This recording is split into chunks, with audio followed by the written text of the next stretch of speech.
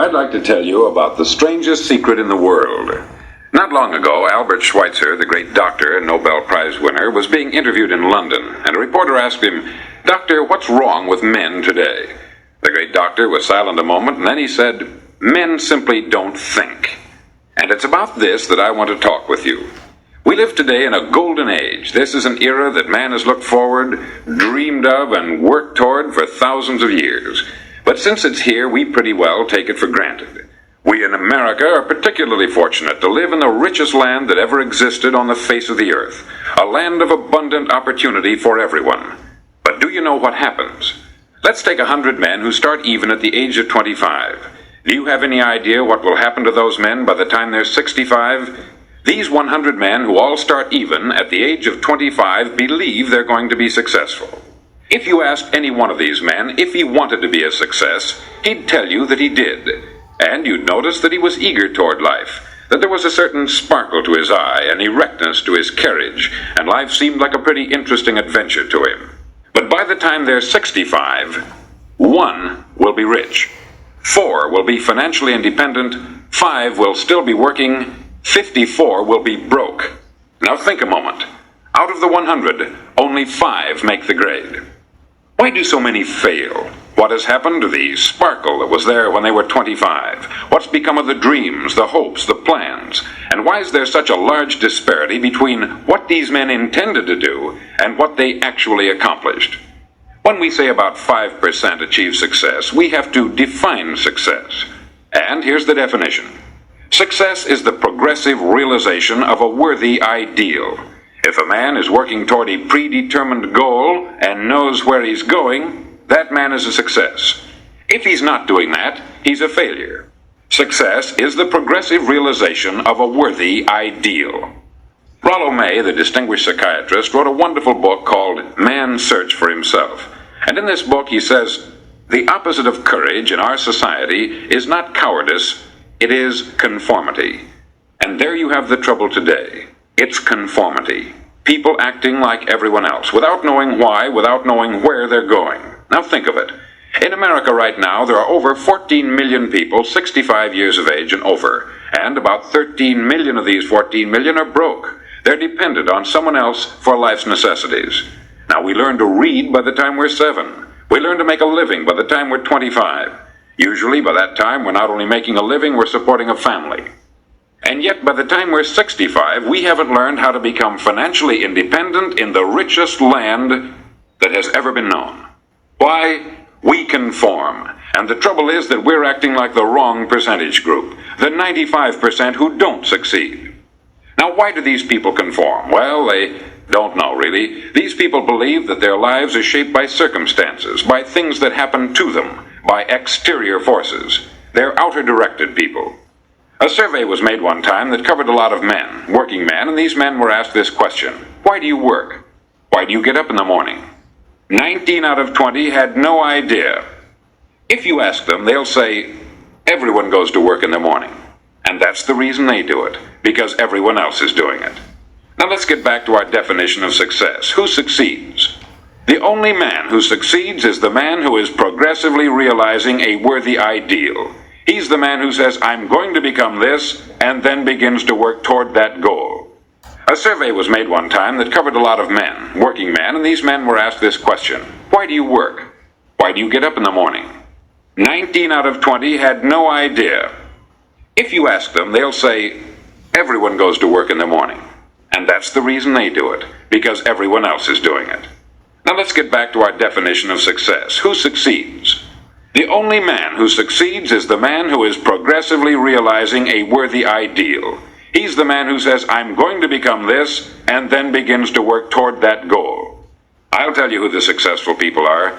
A success is the school teacher who's teaching school because that's what she wanted to do. The success is the woman who's a wife and mother because she wanted to become a wife and mother and is doing a good job of it. The success is the man who runs the corner gas station because that's what he wanted to do. The success is the successful salesman who wants to become a top-notch salesman and grow and build with his organization. A success is anyone who is doing deliberately a predetermined job because that's what he decided to do deliberately. But only 1 out of 20 does that. That's why today there isn't really any competition, unless we make it for ourselves. Instead of competing, all we have to do is create.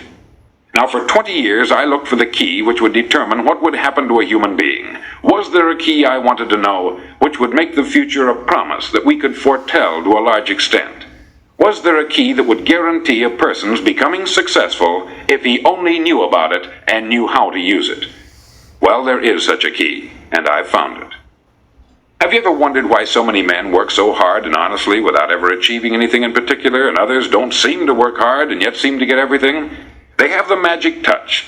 You've heard them say that about someone. Everything he touches turns to gold.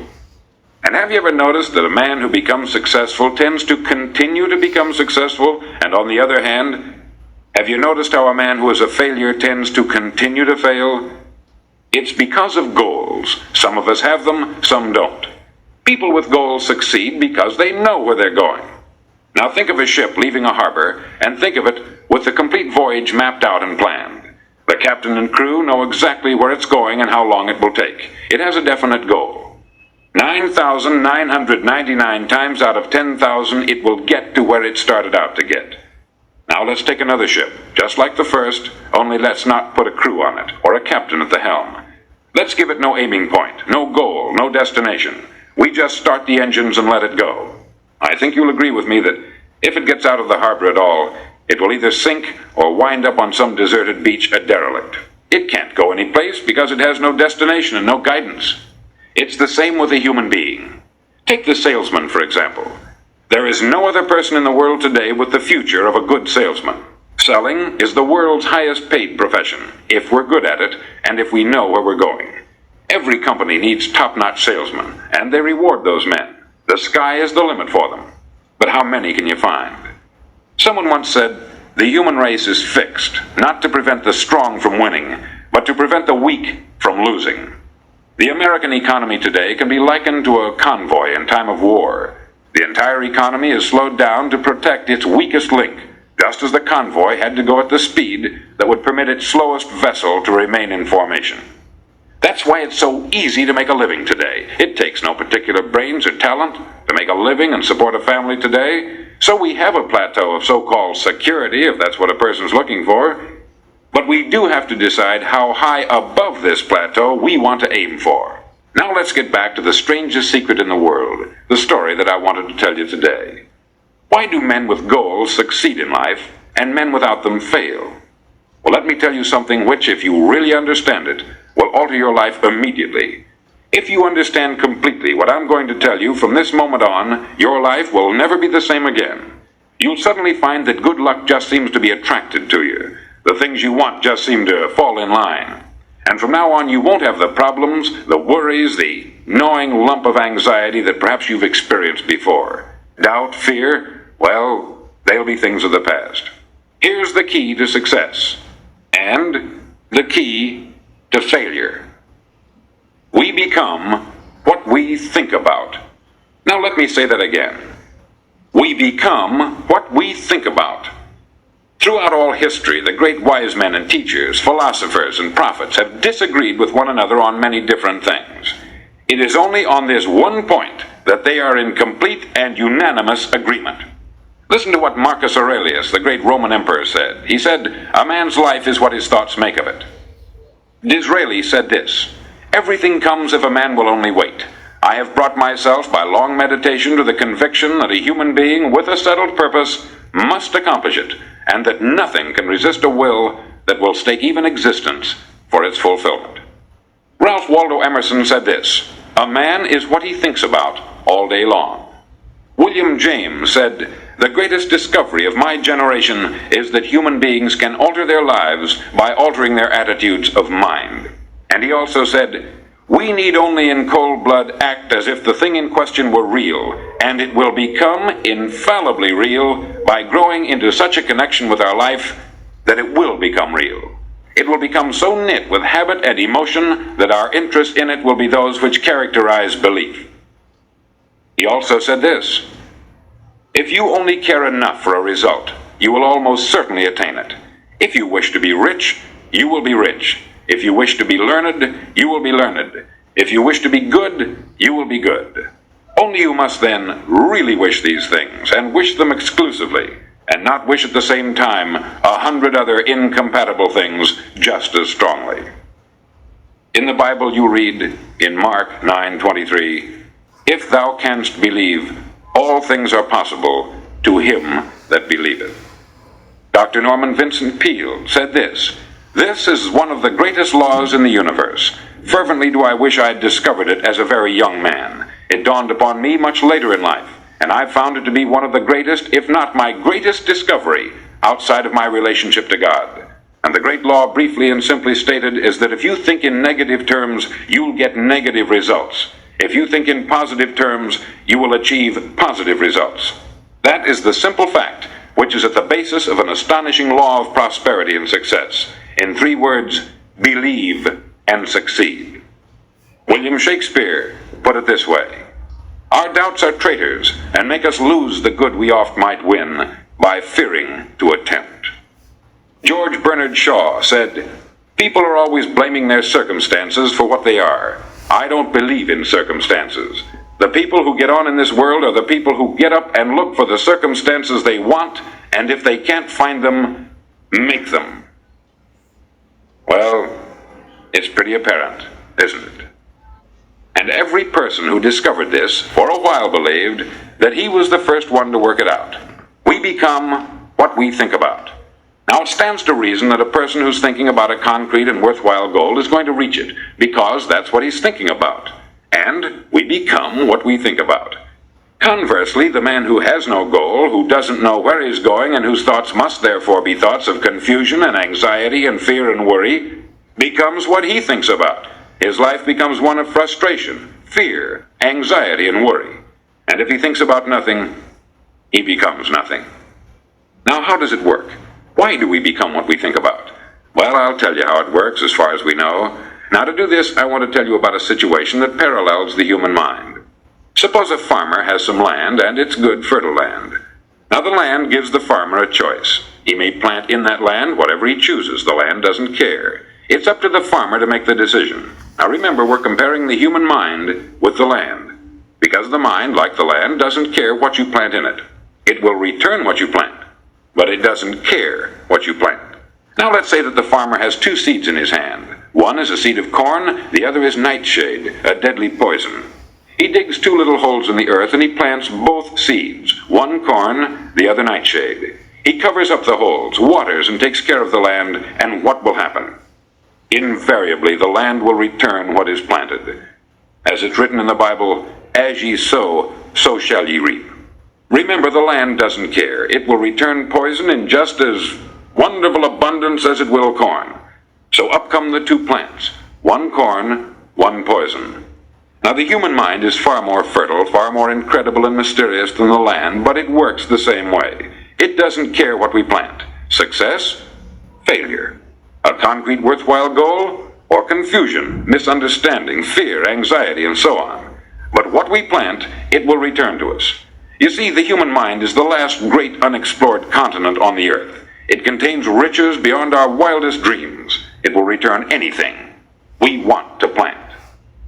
Now you might say, well, if that's true, why don't people use their minds more? Well, I think they've figured out an answer to that too. Our mind comes as standard equipment at birth. It's free, and things that are given to us for nothing we place little value on. Things that we pay money for, we value. The paradox is that exactly the reverse is true.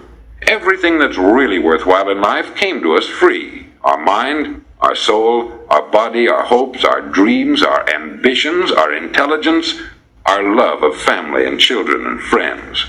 All these priceless possessions are free, but the things that cost us money are actually very cheap and can be replaced at any time. A good man can be completely wiped out and make another fortune.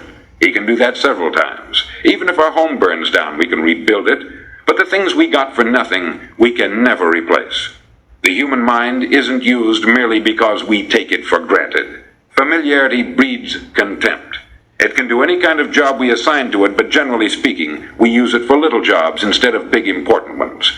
Universities have proved that most of us are operating on about 10% of our abilities. Decide now, what is it you want? Plant your goal in your mind. It's the most important decision you'll ever make in your entire life. Do you want to be an outstanding salesman, a better worker at your particular job? Do you want to go places in your company, in your community? All you've got to do is plant that seed in your mind, care for it, work steadily toward your goal, and it will become a reality. It not only will, there's no way that it cannot. You see, that is a law, like the laws of Sir Isaac Newton, the laws of gravity. If you get on top of a building and jump off, you'll always go down. You'll never go up. And it's the same with all the other laws of nature. They always work. They're inflexible. Think about your goal in a relaxed, positive way. Picture yourself in your mind's eye as having already achieved this goal. See yourself doing the things you will be doing when you've reached your goal. Ours has been called the phenobarbital age, the age of ulcers and nervous breakdowns. At a time when medical research has raised us to a new plateau of good health and longevity, far too many of us worry ourselves into an early grave trying to cope with things in our own little personal ways, without learning a few great laws that will take care of everything for us. These things we bring on ourselves through our habitual way of thinking. Every one of us is the sum total of his own thoughts. He is where he is because that is exactly where he really wants to be, whether he'll admit that or not. Each of us must live off the fruit of his thoughts in the future, because what you think today and tomorrow, next month and next year, will mold your life and determine your future. You're guided by your mind. I remember one time I was driving through Arizona and I saw one of those giant earth-moving machines roaring along the road at about 35 miles an hour with what looked like 20 tons of dirt in it, a tremendous, incredible machine, and there was a little man perched way up on top with the wheel in his hands guiding it. And as I drove along, I was struck by the similarity of that machine to the human mind. Just suppose you're sitting at the controls of such a vast source of energy. Are you going to sit back and fold your arms and let it run itself into a ditch? Or are you going to keep both hands firmly on the wheel and control and direct this power to a specific, worthwhile purpose? It's up to you. You're in the driver's seat. You see, the very law that gives us success is a two-edged sword. We must control our thinking. The same rule that can lead a man to a life of success, wealth, happiness, and all the things he's ever dreamed of for himself and his family, that very same law can lead him into the gutter. It's all in how he uses it, for good or for bad. This is the strangest secret in the world. Now, why do I say it's strange, and why do I call it a secret? Actually, it isn't a secret at all. It was first promulgated by some of the earliest wise men, and it appears again and again throughout the Bible. But very few people have learned it, understand it. That's why it's strange, and why, for some equally strange reason, it virtually remains a secret. I believe that you could go out and walk down the main street of your town and ask one man after another what the secret of success is, and you probably wouldn't run into one man in a month who could tell you. Now, this information is enormously valuable to us, if we really understand it and apply it. It's valuable to us not only for our own lives, but the lives of those around us, our family, employees, associates, and friends. Life should be an exciting adventure. It should never be a bore. A man should live fully, be alive. He should be glad to get out of bed in the morning. He should be doing a job he likes to do because he does it well. One time I heard Grove Patterson make a speech, the editor-in-chief of the Toledo Daily Blade, and as he concluded his speech, he said something that I've never forgotten. He said something like this: "My years in the newspaper business have convinced me of several things, among them that people are basically good, and that we came from someplace, and we're going someplace. So we should make our time here an exciting adventure. The architect of the universe didn't build a stairway leading nowhere.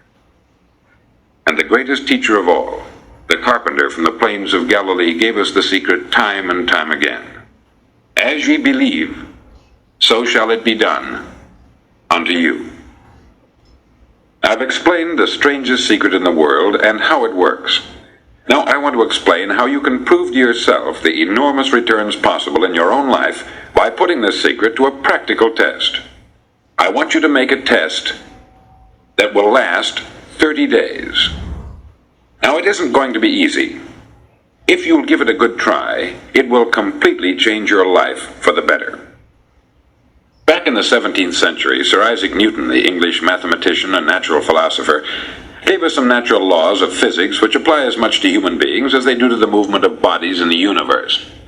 Now, one of these laws is that for every action, there is an equal and opposite reaction. Simply stated, as it applies to you and me, it means we can achieve nothing without paying the price. The results of your 30-day experiment will be in direct proportion to the effort you put forth. To be a doctor, you must pay the price of long years of difficult study. To be successful in selling, and remember that each of us succeeds to the extent of his ability to sell, selling our families on our ideas, selling education in schools, selling our children on the advantages of living the good and honest life, selling our associates and employees on the importance of being exceptional people, to, of course, the profession of selling itself. But to be successful in selling our way to the good life, we must be willing to pay the price. Now, what is that price? Well, it's many things. First, it's understanding emotionally, as well as intellectually, that we literally become what we think about, that we must control our thoughts if we're to control our lives. It's understanding fully that, as ye sow, so shall ye reap. Secondly, it's cutting away all the fetters from the mind and permitting it to soar as it was divinely designed to do. It's the realization that your limitations are self-imposed, and that the opportunities for you today are enormous beyond belief. It's rising above narrow-minded pettiness and prejudice. Thirdly, to use all your courage to force yourself to think positively on your own problem, to set a definite and clearly defined goal for yourself, to let your marvelous mind think about your goal from all possible angles, to let your imagination speculate freely upon many different possible solutions, to refuse to believe there are any circumstances sufficiently strong to defeat you in the accomplishment of your purpose, to act promptly and decisively when your course is clear, and to keep constantly aware of the fact that you are, at this moment, standing in the middle of your own acre of diamonds, as Russell Conwell used to point out. Fourth, save at least 10% of what you earn. It's also remembering that no matter what your present job, it has enormous possibilities if you're willing to pay the price. Now let's just go over the important points in the price each of us must pay to achieve the wonderful life that can be ours.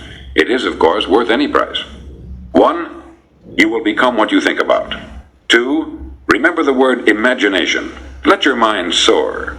3, courage. Concentrate on your goal every day. 4, save 10% of what you earn. And action. Ideas are worthless unless we act on them. Now I'll try to outline the 30-day test I want you to make. Now keep in mind that you have nothing to lose by making this test, and everything you could possibly want to gain. There are 2 things that may be said of everyone. Each of us wants something, and each of us is afraid of something. I want you to write on a card what it is you want more than anything else. It may be more money. Perhaps you'd like to double your income or make a specific amount of money. It may be a beautiful home. It may be success at your job. It may be a particular position in life. It could be a more harmonious family. Each of us wants something. Write down on your card specifically what it is that you want. Make sure it's a single goal and clearly defined. You needn't show it to anyone, but carry it with you so that you can look at it several times a day. Think about it in a cheerful, relaxed, positive way each morning when you get up, and immediately you have something to work for, something to get out of bed for, something to live for. Look at it every chance you get during the day and just before going to bed at night. As you look at it, remember that you must become what you think about, and since you're thinking about your goal, you realize that soon it will be yours. In fact, it's yours really the moment you write it down and begin to think about it. Look at the abundance all around you as you go about your daily business. You have as much right to this abundance as any other living creature. It's yours for the asking. Now we come to the difficult part. Difficult because it means the formation of what is probably a brand new habit. And new habits are not easily formed. Once formed, however, it'll follow you for the rest of your life. Stop thinking about what it is you fear. Each time a fearful or negative thought comes into your consciousness, replace it with a mental picture of your positive and worthwhile goal. There will come times when you will feel like giving up. It's easier for a human being to think negatively than positively. That's why only 5% is successful. You must begin now to place yourself in that group. For 30 days, you must take control of your mind. It will think only about what you permit it to think. Each day for this 30-day test, do more than you have to do. In addition to maintaining a cheerful, positive outlook, give of yourself more than you've ever done before. Do this knowing that your returns in life must be in direct proportion to what you give. The moment you decide on a goal to work toward, you're immediately a successful person. You're then in that rare and successful category of people who know where they're going. Out of every 100 people, you belong to the top 5. Don't concern yourself too much with how you're going to achieve your goal. Leave that completely to a power greater than yourself. All you have to do is know where you're going. The answers will come to you of their own accord. Remember these words from the Sermon on the Mount, and remember them well. Keep them constantly before you this month of your test. Ask, and it shall be given you. Seek, and ye shall find. Knock, and it shall be opened unto you. For every one that asketh receiveth, and he that seeketh findeth, and to him that knocketh it shall be opened. It's as marvelous and as simple as that. In fact, it's so simple that in our seemingly complicated world it's difficult for an adult to understand that all he needs is a purpose and faith. For 30 days, do your best. If you're a salesman, go at it as you've never done before, not in hectic fashion, but with the calm, cheerful assurance that time well spent will give you the abundance in return you deserve and want. No matter what your job, do it as you've never done it before for 30 days. And if you've kept your goal before you every day, you'll wonder and marvel at this new life you've found. Dorothea Brand, outstanding editor and writer, discovered it for herself and tells about it in her fine book, Wake Up and Live. Her entire philosophy is reduced to the words, act as though it were impossible to fail. She made her own test with sincerity and faith, and her entire life was changed to one of overwhelming success. Now you make your test for 30 full days. Don't start your test until you've made up your mind to stick with it. You see, by being persistent, you're demonstrating faith. Persistence is simply another word for faith. If you didn't have faith, you would never persist. If you should fail during your first 30 days, by that I mean suddenly find yourself overwhelmed by negative thoughts, you've got to start over again from that point and go 30 more days. Gradually your new habit will form until you find yourself one of that wonderful minority to whom virtually nothing is impossible. Don't forget the card. It's vitally important as you begin this new way of living. On one side of the card, write your goal, whatever it may be. On the other side, write the words we've quoted from the Sermon on the Mount. Ask, and it shall be given you. Seek, and ye shall find. Knock, and it shall be opened unto you. Nothing great was ever accomplished without inspiration. See that during these crucial first 30 days, your own inspiration is kept at a peak. Above all, don't worry. Worry brings fear, and fear is crippling. The only thing that can cause you to worry during your test is trying to do it all yourself. Know that all you have to do is hold your goal before you. Everything else will take care of itself. Remember also to keep calm and cheerful. Don't let petty things annoy you and get you off course. Now, since making this test is difficult, some may say, well, why should I bother? Well, look at the alternative. No one wants to be a failure. No one really wants to be a mediocre individual. No one wants a life constantly filled with worry, fear, and frustration. Therefore, remember that you must reap that which you sow. If you sow negative thoughts, your life will be filled with negative things. If you sow positive thoughts, your life will be cheerful, successful, and positive. Now, gradually, you will have a tendency to forget what you've heard on this record. Play it often. Keep reminding yourself of what you must do to form this new habit. Gather your whole family about and listen to what's been said here at regular intervals. You know, most men will tell you that they want to make money without understanding the law. The only people who make money work in the mint. The rest of us must earn money. This is what causes those who keep looking for something for nothing or a free ride to fail in life. The only way to earn money is by providing people with services or products which are needed and useful. We exchange our product or service for the other man's money. Therefore, the law is that our financial return will be in direct proportion to our service. Success is not the result of making money. Making money is the result of success. And success is in direct proportion to our service. Most people have this law backwards. They believe that you're successful if you earn a lot of money. The truth is that you can only earn money after you're successful. It's like the story of the man who sat in front of the stove and said to it, "Give me heat, and then I'll add the wood." How many men and women do you know, or do you suppose there are today, who take the same attitude toward life? There are millions. We've got to put the fuel in before we can expect heat. Likewise, we've got to be of service first before we can expect money. Don't concern yourself with the money. Be of service. Build, work, dream, create. Do this, and you'll find there's no limit to the prosperity and abundance that will come to you. Prosperity is founded upon a law of mutual exchange. Any person who contributes to prosperity must prosper in turn himself. Sometimes the return will not come from those you serve, but it must come to you from someplace, for that is the law. For every action, there is an equal and opposite reaction. As you go daily through your 30-day test period, remember that your success will always be measured by the quality and quantity of service you render, and money is a yardstick for measuring this service. No man can get rich himself unless he enriches others.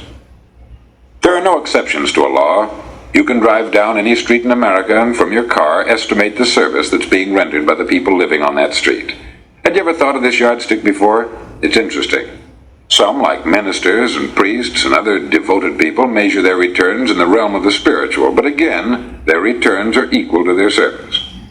Once this law is fully understood, any thinking person can tell his own fortune. If he wants more, he must be of more service to those from whom he receives his return. If he wants less, he has only to reduce this service. This is the price you must pay for what you want. यार sense मैं इतने लोग Any thinking person can tell his own fortune. If he wants more, he must be of more service to those from whom he receives his return. If he wants less, he has only to reduce this service. This is the price you must pay for what you want. If you believe you can enrich yourself by deluding others, you can only end by deluding yourself. It may take some time, but just as surely as you breathe, you'll get back what you put out. Don't ever make the mistake of thinking you can avert this. It's impossible. The prisons and the streets where the lonely walk are filled with people who tried to make new laws just for themselves. We may avoid the laws of man, but there are greater laws that cannot be broken. An outstanding medical doctor recently pointed out 6 steps that will help you realize success. 1. Set yourself a definite goal. 2. Quit running yourself down. 3. Stop thinking of all the reasons why you cannot be successful, and instead think of all the reasons why you can. 4. Trace your attitudes back through your childhood and try to discover where you first got the idea you couldn't be a success, if that's the way you've been thinking. 5. Change the image you have of yourself by writing out a description of the person you would like to be. And 6. Act the part of the successful person you have decided to become. The doctor who wrote those words is a noted West Coast psychiatrist, David Harold Fink, MD. Do what all experts since the dawn of recorded history have told you you must do. Pay the price by becoming the person you want to become. It's not nearly as difficult as living unsuccessfully. Make your 30-day test. Then repeat it. Then repeat it again. Each time it will become more a part of you until you'll wonder how you could ever have lived any other way. Live this new way, and the floodgates of abundance will open and pour over you more riches than you may have dreamed existed. Money? Yes, lots of it. But what's more important, you'll have peace. You'll be in that wonderful minority who lead calm, cheerful, successful lives. Start today. You have nothing to lose, but you have a life to win.